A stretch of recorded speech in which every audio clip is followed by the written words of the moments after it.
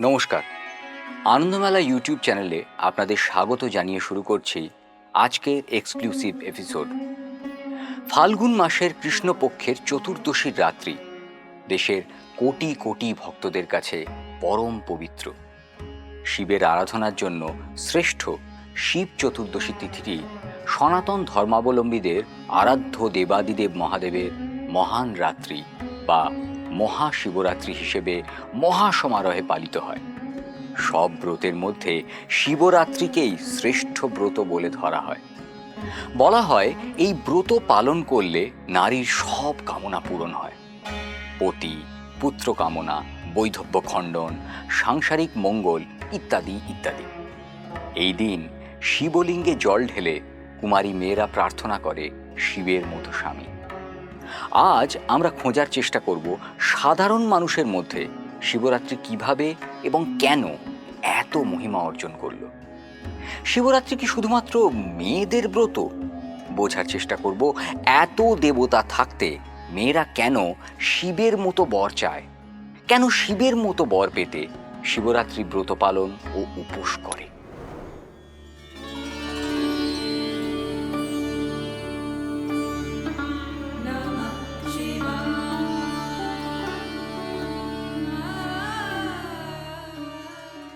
সেই পুরাকালের কথা। একদিন পার্বতী শিবকে প্রশ্ন করলেন, ভগবান, আপনি ধর্ম, অর্থ, কাম, মোক্ষ দাতা। আপনি কোন পূজা অর্চনা, হোম, তপস্যা বা ব্রত পালনে সবচেয়ে তুষ্ট হন? মহাদেব স্মিত হেসে বললেন, দেবী, ফাল্গুন মাসের কৃষ্ণা চতুর্দশী তিথি হল মহাশিবরাত্রি। ওই তিথিতে উপবাস ও জাগরণ করলে আমি অত্যন্ত তুষ্ট হই। রাতে প্রথম প্রহরে দুধ, দ্বিতীয় প্রহরে দই, তৃতীয় প্রহরে ঘি, চতুর্থ প্রহরে মধু দিয়ে শিবলিঙ্গকে স্নান করিয়ে মাথায় একটি ত্রিপত্র বেলপাতা দিয়ে পূজা করলে এবং পঞ্চাক্ষরী ওম নমঃ শিবায় মন্ত্র জপ বা মুখে বম বম উচ্চারণ করলে আমার সর্বাধিক প্রীতি জন্মে। আমার প্রীতিকারক এই শিবরাত্রি ব্রত পালন করলে অভিলাষী ভক্তের 16 কলা পুণ্য লাভ হয়। শিবরাত্রির পালন নিয়ে সবচেয়ে জনপ্রিয় কিংবদন্তিটি হল শিবরাত্রি হরগৌরীর বিয়ের রাত। শিব মহাপুরাণ অনুযায়ী অসুরদের মাতা দিতির গর্ভে জন্মানো বজ্রাঙ্গ ও বরাঙ্গী নামক সতী নারীর মিলনে উৎপত্তি হল তারকাসুরের।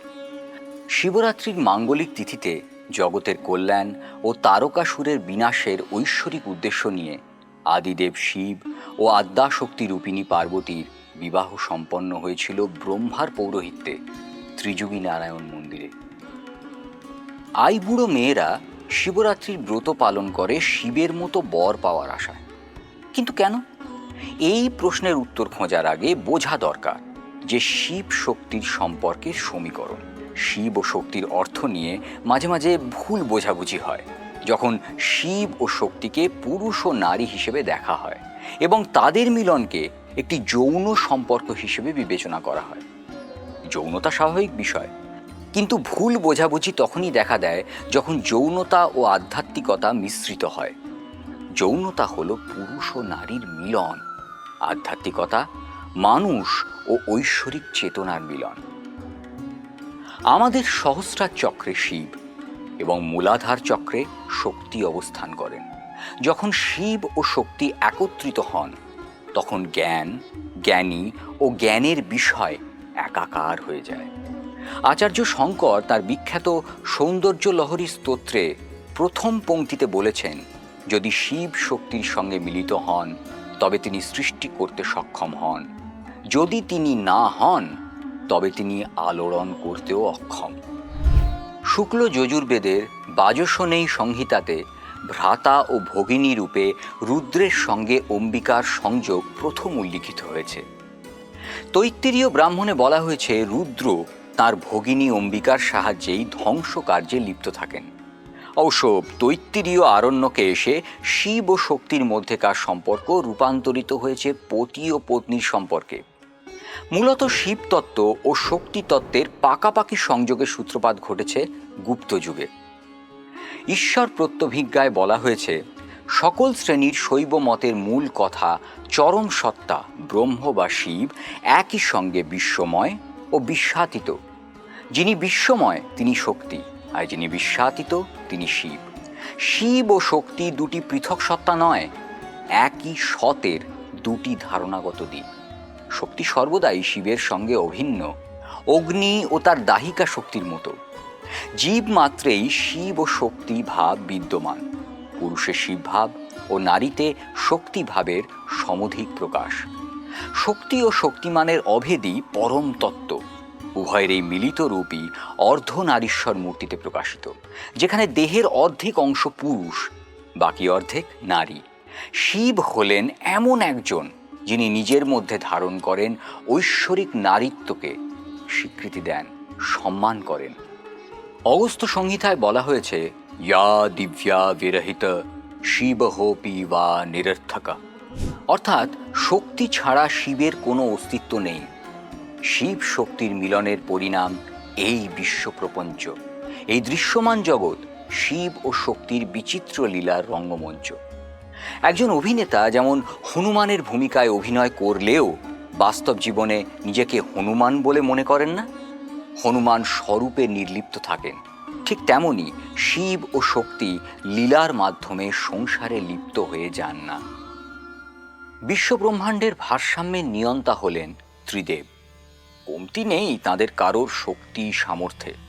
তাহলে ভেবে দেখেছেন কি, সৃষ্টিকর্তা ব্রহ্মা বা পালনকর্তা বিষ্ণুকে বাদ দিয়ে সনাতনী অবিবাহিত মেয়েরা কেবলমাত্র ধ্বংসকর্তা শিবকেই বর হিসেবে প্রার্থনা করেন কেন? যে দেবতাটি পরনে একখানি বাঘছাল জড়িয়ে হিমালয়ের কনকনে ঠান্ডা সামলান, সেই শিব তাপমাত্রার পারদ 20-র নিচে নামলেই নিজেদের মাংকি টুপি, মাফলারে কিংবা কম্বলে জড়িয়ে ফেলা বাঙালির এত প্রিয় হলেন কি করে? সম্ভবত এর অন্যতম কারণ হল ধর্মচেতনায় লৌকিকতার প্রাধান্য বিস্তার ও দেব পূজার গণতন্ত্রীকরণ। 15 থেকে 17 শতকের মধ্যেকার সময়টাতে বাংলার মানুষ পৌরাণিক দেবতাদের নিজেদের ঘরের লোক মনে করে নিয়েছিলেন। এই সময়কালে মানুষের জীবন ও জীবিকার সঙ্গে সঙ্গে তাদের দেবলোকেরও পরিবর্তন ঘটে। গবেষকদের মতে মহাপ্রলয় কর্তা শিব প্রাগার্য অনার্য সংস্কৃতির দেবতা। তবে সব কিছুকে ছাপিয়ে শিব বাঙালি সংস্কৃতির সাথে মিশে গেছেন। তাই দুর্গা আমাদের ঘরের মেয়ে, আর সিধা ভোলা শিব বাংলার ঘরের জামাই হয়ে উঠেছেন। বঙ্গদেশে শিবের যে রূপটি লোকসমাজে জনপ্রিয়, তার নেয়াপাতি ভুঁড়ি, তিনি তার গণ বা অনুচরদের সঙ্গে গাঁজা খান। বিভিন্ন পুরাণ ও প্রাচীন কাহিনী অনুসারে শিবরাত্রি ছিল মূলত পুরুষ ভক্তদের পালনীয় উৎসব। পরবর্তীকালে মুঘল সাম্রাজ্যের শেষ ভাগে ও ব্রিটিশ আমলের প্রথম পর্বে হিন্দু রাজা ও জমিদারদের প্রতিপত্তি বৃদ্ধি পেলে সমাজে পিতৃতন্ত্র আরও বেশি করে দানা বাঁধে এবং আধিপত্য কায়েম করতে নানাভাবে তৎপর হয়ে ওঠে। এমনকি পারিবারিক গণ্ডিতে আটকে অসুর দলনী দুর্গাকেও বাগে আনা হলো। স্বাধীনচেতা শৌর্যময়ী দেবীকে বাৎসল্য রসে সিক্ত করে ঘরের মেয়ে বানিয়ে ফেলা হলো, যে বছরে একবার বাপের বাড়ি আসে ছেলে মেয়েদের সঙ্গে নিয়ে, 4 দিন সেখানে কাটিয়ে কেঁদে ও কাঁদিয়ে আবার পতিগৃহে যাত্রা করে। এই আরোপিত প্রক্রিয়াতেই শিবের ভাবমূর্তি ও উপাসনাতেও একটা রূপান্তর ঘটে যায়। বিবাহিতা মহিলাদের স্বামীর মঙ্গল কামনায় এবং অল্প বয়সী অবিবাহিতা মেয়েদের শিবের মতো অল্পেই তুষ্ট পতিলাভের কামনায় মহাদেবের আরাধনায় শিবরাত্রির উপবাস ও অন্যান্য কৃচ্ছ সাধনের ব্রতে নিযুক্ত করা হলো। শিবের কাছে শিবের মতো বর প্রার্থনা, কিন্তু এটা কি আদৌ কাম্য? সে যুগে প্রজাপতি দক্ষ যাকে জামাইয়ের মর্যাদা দেননি, এই আধুনিক সমাজ কি সেই শিবকে মেয়ের জামাই হিসেবে মেনে নিতে পারবে? মেয়েরা এবং তাদের মায়েরা ঈশ্বরের কাছে মনের মতো স্বামী বা জামাই প্রার্থনা করেন। মনের মতো স্বামী মানে ঠিক কি? কোন কোন গুণ থাকতে হবে সেই মিস্টার পারফেক্ট হবু জামাইয়ের মধ্যে? মায়েদের কাছে প্রশ্ন করা হলে তারা বলবেন, জামাই যেন মেয়েকে ভালোবাসে, সব সময় তার খেয়াল রাখে, যত্ন নেয়, স্ত্রীকে যথাযথ সম্মান দেয়, অনুভূতিগুলি বোঝে, ইত্যাদি ইত্যাদি। বিয়ের বাজারে মনের মতো বর হওয়ার এত শত ক্রাইটেরিয়া একসাথে পূরণ করার ওয়ান স্টপ সলিউশন হলেন ভোলানাথ।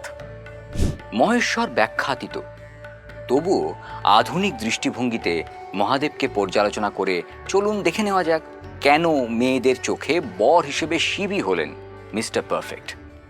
কেনই বা আদর্শ দম্পতি বা আইডিয়াল কাপলের সংজ্ঞা হয়ে উঠেছেন হর পার্বতী জুটি। শিবকে একটু গভীরভাবে বিশ্লেষণ করলে তার এমন কতগুলি গুণ উঠে আসবে যেগুলি একজন পুরুষকে প্রকৃত পুরুষ মানুষে উন্নীত করে। শিবের অন্যতম গুণ, তিনি অল্পেই সন্তুষ্ট। শিব স্রোতের বিপরীতে চলা এক বিরলতম চরিত্র। তার পূজা আচার সবকিছুই সহজ থেকে সহজতম। আবার জ্ঞান, মেধা, পাণ্ডিত্য, স্থূল বিদ্যা তাঁকে স্পর্শ করতে পারে না। কেবলমাত্র ভক্তের সরল আকুতিতেই তিনি তৃপ্ত হন। মহাদেব বিশেষ কিছুই চাননি তার ভক্তদের থেকে, শুধু একটু ভালোবাসা আর সমর্পণ চান। মহাদেব একটি মাত্র বেল পাতাতেই তুষ্ট।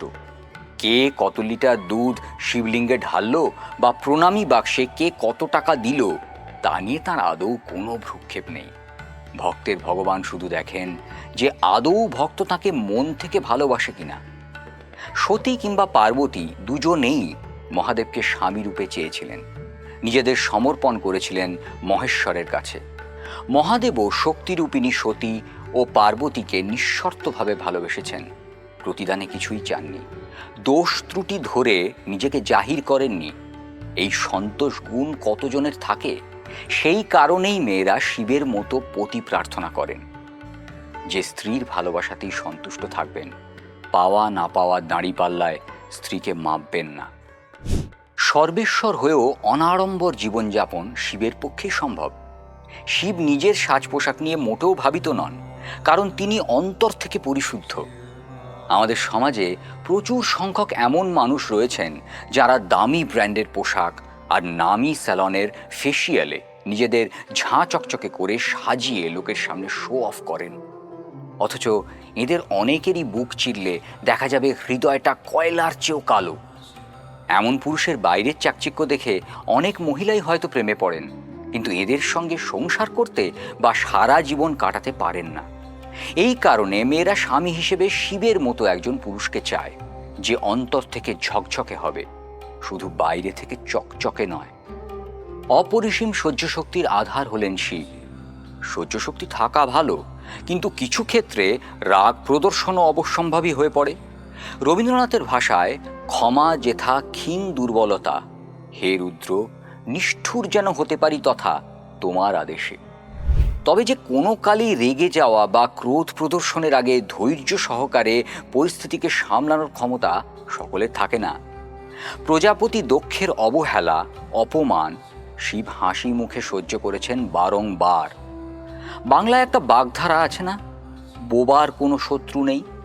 মহাদেবও এ বিষয়ে সেই একই পথে হেঁটেছেন, শ্বশুরের সঙ্গে বাক যুদ্ধে না গিয়ে। অবশ্য সতীর দেহত্যাগ পর্ব বিশ্লেষণ করলে দেখা যায় যে শিব ইনস্ট্যান্ট ডিসিশন মেকার। বোমভোলা হলেও তিনি কর্তব্য ধর্মের সংস্থাপক। তাই দক্ষের মুখে শিব নিন্দা সহ্য করতে না পেরে সতী দেহত্যাগ করলে শিবের সহ্যের বাঁধ ভাঙল। সতীর প্রাণহীন দেহ কাঁধে তুলে নিয়ে মহাদেব তাণ্ডব নৃত্য শুরু করলেন নটরাজ বেশে। দক্ষযজ্ঞ তো পণ্ড হলই, উপরন্তু দক্ষ নিজের সাধের মুন্ডুটাও হারালেন বীরভদ্রের কোপে। আবার সমুদ্র মন্থনকালে ব্রহ্মা, বিষ্ণু, ইন্দ্রাদি দেবতা এবং অসুরগণ সকলেই ছিলেন। তারা সকলেই সমুদ্র মন্থনে উঠে আসা দ্রব্য সামগ্রী ও ভালো ভালো বিষয়গুলিকেই গ্রহণ করেন। এরপর হলাহল উঠে এলে একমাত্র শিবই বিশ্ব সংসারকে রক্ষা করতে সেই বিষ কণ্ঠে ধারণ করেছেন। ভালোর পাশাপাশি মন্দকেও সাদরে গ্রহণ করে যিনি সংসারের ভারসাম্য বজায় রাখতে পারেন, সেই আদর্শ পুরুষ শিবকেই মেয়েদের স্বামী হিসেবে পছন্দ। বাঙালিরা দেবতাকে দেবত্বের থেকে বহুলাংশে নিজেদের ঘরের মানুষ বা আত্মীয় পরিজনের মতো ব্যাখ্যা করতে অভ্যস্ত। সেই কারণেই লোককথার শিব তথাকথিত সাংসারিক নন, নুনান্তে পান্তা ফুরোয় গোছের এক উদাসীন চরিত্র। তবুও এই শিবকেই অবিবাহিত মেয়েদের ও তাদের অভিভাবকদের বড্ড পছন্দ। ভেবে দেখেছেন কি, শিবের মতো পাত্রের ঘরণী হলে সেখানে সুখী দাম্পত্যের অন্যতম ভিত্তি ইকোনমিক্যালি সিকিউরড সেফ লাইফ থেকে বঞ্চিত হওয়ার একটা সমূহ সম্ভাবনা রয়েছে। সেটা জেনেও কেন যুগে যুগে শিবের মতো বর বা জামাই লাভের আশায় শিবরাত্রির ব্রত পালন হয়ে চলেছে? সব নারীরই স্বপ্ন স্বামীর ভালোবাসা পাওয়া। বিভিন্ন পুরাণের কাহিনী ও মঙ্গল কাব্য বা লোককথাতেও সতী কিংবা পার্বতীর প্রতি এক নিঃশব্দ প্রেমিক রূপে শিবের বহিঃপ্রকাশ ঘটেছে নিরন্তর। শ্রেষ্ঠ প্রেমিক বলতে বর্তমান প্রজন্ম বা জেনজির মনে প্রথমেই ভেসে ওঠে কবির সিং, দেবদাস, শেক্সপিয়ারের রোমিও কিংবা টাইটানিকের জ্যাক ডসনের নাম। প্রকৃত প্রেমের অর্থ একজনকেই ভালোবাসা এবং তাকেই আজীবন ভালোবেসে যাওয়া। মহাদেব সতীকে ভীষণ ভালোবাসতেন, আগলে রাখতেন, এমনকি প্রয়োজনীয় স্বাধীনতাটুকুও দিতেন। তবে যে কোনো যুগেই প্রেমে যদি ছেদ না পড়ে, বিরহ, ত্যাগ, প্রতীক্ষা ইত্যাদি না আসে, তবে সেই প্রেম কালোত্তীর্ণ বা অমর হয় কি করে? বারণ করা সত্ত্বেও শিবের ইচ্ছার বিরুদ্ধে সতী তাঁর পিতা দক্ষের আয়োজিত যজ্ঞস্থলে যান। সেখানে গিয়ে পতি নিন্দা সহ্য করতে না পেরে প্রাণত্যাগ করেন। এই ঘটনা কি আমাদের চোখে আঙুল দিয়ে দেখায় না যে সঙ্গীকে যথেষ্ট ছাড় দাও? তবে যদি বোঝো সে কোনো ভুল পথে পা বাড়াচ্ছে, তবে তাকে ভালোবাসার বাঁধনে আটকে রাখাও জরুরি। অনেক সময় একটা আপাত ছোটোখাটো হঠকারী সিদ্ধান্তই গোটা সম্পর্কের উপর নিমেষে জবনিকা টেনে দিতে পারে। সতীর দেহত্যাগ প্রেমিক মহাদেবকে দমাতে পারেনি। এমনকি সতীর অনুপস্থিতিতে তিনি অন্য কোনো নারীর দিকে ফিরেও তাকাননি। সতীর বিরহে অনন্ত প্রতীক্ষায় শিব যোগমগ্ন হয়েছেন। কিন্তু শক্তি বা শিব শূন্য হয়ে থাকেন কি করে? সতী আবার জন্ম নিলেন হিমালয় কন্যা পার্বতী রূপে। অবশেষে অনেক কাঠখড় এবং কামদেবকে ক্রোধানলে পুড়িয়ে পুনরায় পার্বতীকে পত্নী হিসেবে পেলেন মহাদেব। সম্ভবত সব নারী চায় শিবের মতো তার প্রেমিক পুরুষটিও যেন তাকেই প্রাণ ভরে ভালোবাসে, তার জন্যেই প্রতীক্ষা করে। বিবাহ নাকি জন্ম জন্মান্তরের বন্ধন, তাই তারা এই জন্মে ও আগামী 7 জন্মে শিবের মতো একজন লয়াল, ডাউন টু আর্থ প্রেমিক জীবনসঙ্গীকেই কামনা করে। অবশ্য এ প্রসঙ্গে একটা কথা না বললেই নয়, সতী বা পার্বতীর সামনে কেউ শিবকে বর সাজিয়ে প্লেটে করে পরিবেশন করেননি, অথবা শিবও নিজের থেকে তাদের ধরা দেননি। শক্তিকে সতী ও পার্বতী উভয় জন্মেই কঠোর তপস্যার মাধ্যমে শিবকে স্বামী হিসেবে অর্জন করতে হয়েছিল। অতএব শুধু বছরে একদিন শিবের মাথায় জল ঢাললেই শিবের মতো বর পাওয়া যাবে এমন কোনো গ্যারান্টি নেই। নিজেকেও সতী বা পার্বতীর মতো ত্যাগ, তিতিক্ষা, সহনশীলতার দ্বারা যোগ্য করে তুললেই তবেই না হরের মনের নাগাল পাওয়া যাবে। ইংরেজিতে একটা প্রবাদ আছে, চ্যারিটি বিগিনস অ্যাট হোম। জগতের সমস্ত নারীদের সম্মান দেখানোর আগে নিজের মা, স্ত্রী বা প্রেয়সীকে অন্তর থেকে সম্মান করতে জানতে হয়। শিব পার্বতীকে শক্তি জ্ঞানে সম্মান করেছেন। শিবই পার্বতীকে বুঝিয়েছিলেন যে তিনি শুধুমাত্র হিমালয় কন্যা বা শিবানী নন, তিনি আদ্যাশক্তি মহামায়ার প্রকাশমান স্বরূপ। আচ্ছা, বলতে পারেন, আজকের এই অত্যাধুনিক হাইটেক যুগে পৌঁছেও সব পুরুষই তাঁর স্ত্রীকে বাইরে কাজ করতে, নিজের পরিচয় তৈরি করতে উৎসাহ বা অনুমতি দেয় কি? আমাদের পুরুষতান্ত্রিক সমাজের একটা বড় অংশ এখনো চায় ঘরের বউ মেয়েরা ঘর সংসার সামলাক, রান্নাবান্না করুক। ঘর সামলানো খুবই সহজ কাজ, সামান্য ব্যাপার। এই আটপৌরে চিন্তাধারায় সমাজের একাংশ আজও মেয়েদের সেই ঘরের গণ্ডির মধ্যেই আটকে রাখতে চায়। অথচ রাষ্ট্র ব্যবস্থায় গৃহমন্ত্রকের গুরুত্ব অপরিসীম। ঘরের ঘেরাটপ থেকে বেরিয়ে মেয়েরাও যে লড়াই করতে পারে, একথা সর্বপ্রথম প্রমাণ করেছিলেন দেবী দুর্গা। আর এই অশুভ বিনাশের লড়াইয়ে দুর্গাকে প্রেরণা জুগিয়েছিলেন স্বামী মহাদেব। বাস্তব জীবনে রূপালী পর্দার বাহুবলীর মতো পুরুষ খুঁজে পাওয়া বিরল, যে নিজের হাতে স্ত্রী দেবসেনাকে তীর চালানো শেখায়, যুদ্ধে উৎসাহ দেয়, আবার প্রয়োজনে পরিবার ও শাসন ব্যবস্থার বিরুদ্ধে গিয়ে স্ত্রীর পক্ষ নিয়ে বুক চিতিয়ে রুখে দাঁড়ায়। পার্বতী যখন কালী রূপে হিতাহিত জ্ঞান শূন্য হয়ে পড়েন, তখন মহাকাল কালীর পায়ের নিচে নিজের বুক পেতে দেন। পরম শক্তিশালী হয়েও এমনটা করতে মহাদেবের পৌরুষে বাঁধেনি। আসলে প্রকৃত পুরুষ সেই যার পৌরুষ আছে, কিন্তু পৌরুষ নিয়ে কোনো অহংকার নেই। তাই সব ধরনের মানবিক গুণসম্পন্ন ও সব দিক ব্যালেন্স করে চলতে পারা শিবের মতো স্বামী যুগ যুগ ধরে মেয়েদের পছন্দ। আজকের এই এপিসোড শেষ করার আগে একটা কথা না বললেই নয়। স্বামী যদি বোমভোলা শিব হন, তাহলে সংসার পরিচালনার জন্য স্ত্রী হিসেবে 10 হাতে স্বামী, সন্তান, পরিবারকে আগলে রাখতে সক্ষম দুর্গাকেই প্রয়োজন, ঘরে ঘরে। এই জন্যেই ভারতীয় সংস্কৃতিতে যুগ যুগ ধরে দাম্পত্যের শ্রেষ্ঠ আদর্শ হরগৌরী জুটি। কেমন লাগলো আজকের এপিসোডটি ভালো লাগলে অবশ্যই লাইক, শেয়ার করে দেবেন, চ্যানেলটি সাবস্ক্রাইব করে নেবেন এবং বেল আইকনটি ক্লিক করতে ভুলবেন না। আপনাদের মতামত অবশ্যই কমেন্টে জানাবেন। ভালো থাকবেন।